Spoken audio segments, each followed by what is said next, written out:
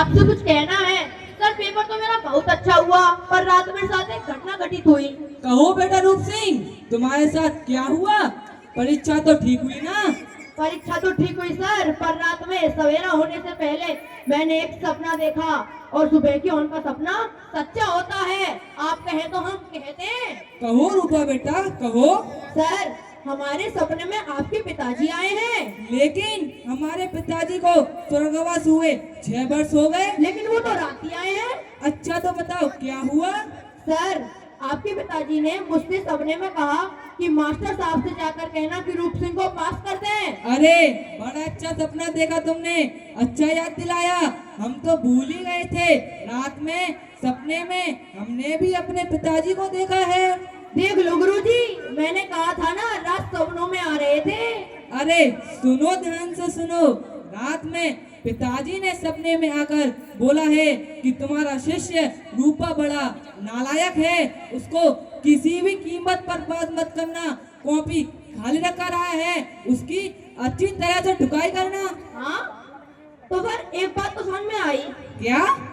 आपके पिताजी बिल्कुल दो कौड़ी के आदमी हैं, दोगला हैं। मुझसे कुछ कहते हैं, आपसे कुछ कहते हैं। मोर मेरे पिताजी को 2 कौड़ी का बताता है, पढ़ने में 0 है। हेलो पापा, आप यहाँ जल्दी आ जाओ, ये सर मुझे बिना वजह मार रहे हैं।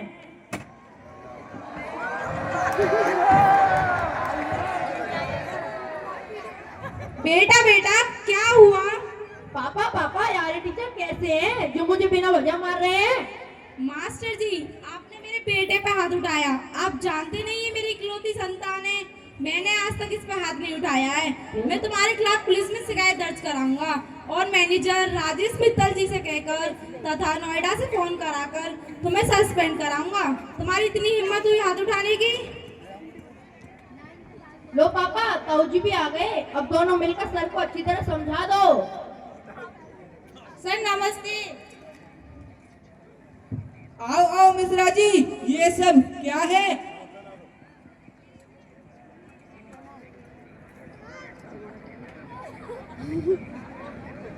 सर आपकी कृपा से मेरा बेटा आपका शिष्य आज मुंशी मजिस्ट्रेट की परीक्षा में उत्तीर्ण हो गया है।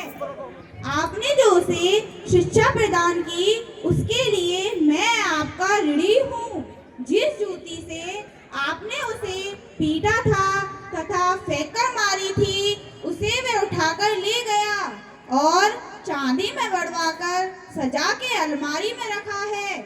उसका फोन आया था कि एक माला उस जूती को चढ़ा देना और एक माला गुरुजी को पहना देना। वह ट्रेनिंग पर गया है और मैं कृतज्ञता ज्ञापित करने आपके पास आया हूँ। यदि आप उसे ताड़ना न देते तो आज वह एक अफसर नहीं बनता। इसके लिए मैं आपको प्रणाम करता हूँ। ठीक है मिश्रा जी। चल रूप सिंह, तुझे ही देखूंगा। मास्टर जी से जुबान चढ़ाता है, पढ़ता लिखता तो कुछ है नहीं है, गुटखा खाता रहता है, फोन देखता रहता है। पापा पापा माफ कर दो, अब नहीं करूँगा।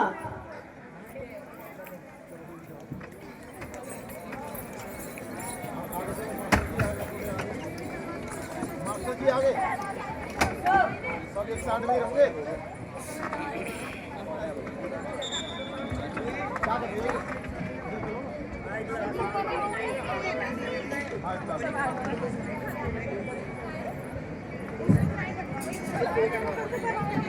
मेरे प्रिय व सुधी दर्शकों, मैं एक अध्यापक होने की हैसियत से अपने अंतर्मन की वेदना व्यक्त करते हुए कहना चाहता हूँ कि हर शिक्षक की अपेक्षा हृदय से यह होती है कि उसका छात्र पूर्व काल में गुरु शिष्य परंपरा में शिष्य को समुचित प्रताड़ित करके उसे योग्य व कुशल व्यक्तित्व का धनी बनाया जाता था।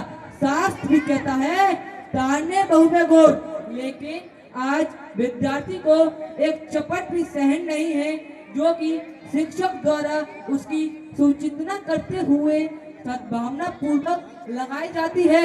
हमारे सम्माननीय अभिभावकगण शिष्य ताड़न को नकारात्मक ढंग से लेते हैं, जो कि अति शोचनीय है।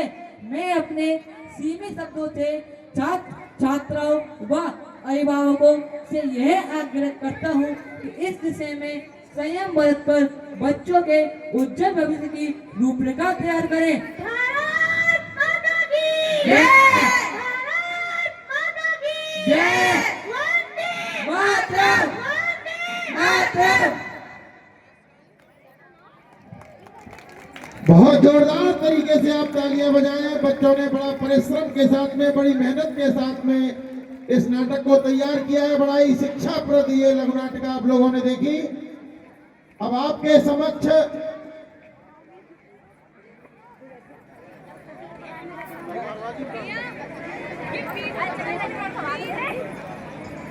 एक गीत, देशभक्ति का गीत आपके समक्ष प्रस्तुत किया जा रहा है, जिसका नाम है भारत माँ का मान बढ़ाने।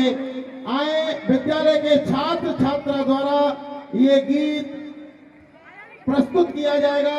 बच्चे जल्दी चलें, बहुत जल्दी चलें।